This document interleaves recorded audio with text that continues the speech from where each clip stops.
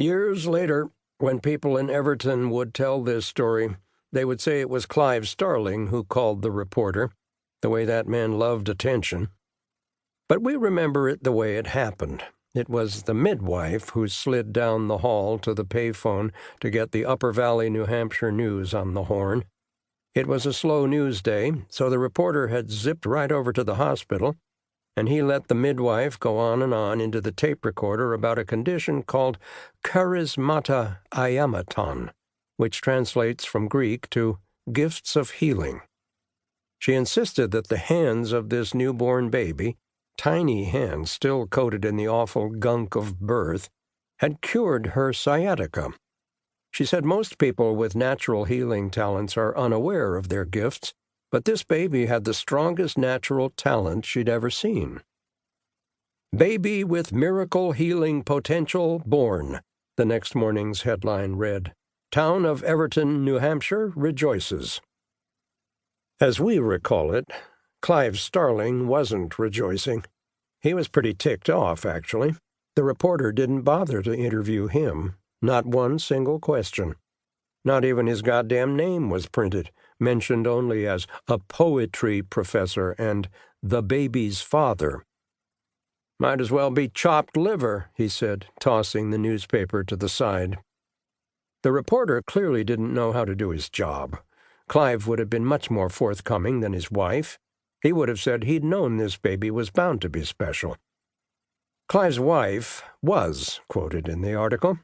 Her full name was there in black and white, but all Ingrid Starling had to say was that the whole thing was nonsense to please leave her family alone. Truthfully, Ingrid did wonder if there was something different about her baby. But how would she know? She'd never had a baby before. This was her first one. She didn't have anything to say about it yet, especially not to a reporter from the Upper Valley, New Hampshire news. Clive and Ingrid took their miraculous baby home, where they learned through a series of experiments that their child's hands weren't magic, not exactly, but they sped up the natural healing process. A bad 10-day cold could be knocked down to a 3-dayer. A poison ivy rash could heal in a day. A dog bite could scab up overnight. Clive Starling dubbed it the charm. But just because it had a name didn't mean his wife was going to let their daughter use it, not until she was at least 18. The people of Everton respected that, for the most part, even if it seemed more than a little selfish, with so many in town suffering from an illness or pain. Still, Evertonians believed a woman should be able to do what she wants with her own kid. The midwife's testimony in the newspaper helped, too. According to most accounts, she'd explained, charismata iamaton grows much more powerful after the healer grows into adulthood. It's completely unreliable when the healer is still a child. So our town could wait. No one wanted unreliable healing.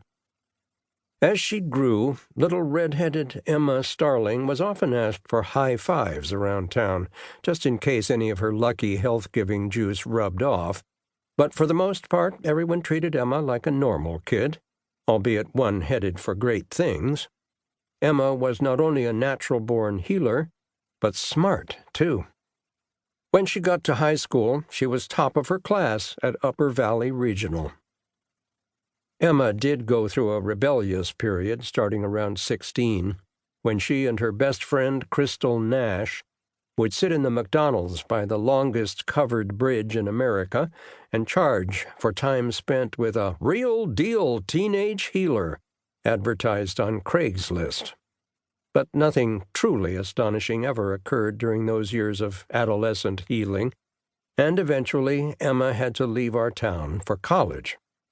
54% of our students go on to a 2- or 4-year college, but Emma went farther away than most, to Pomona College in California, out of our jurisdiction.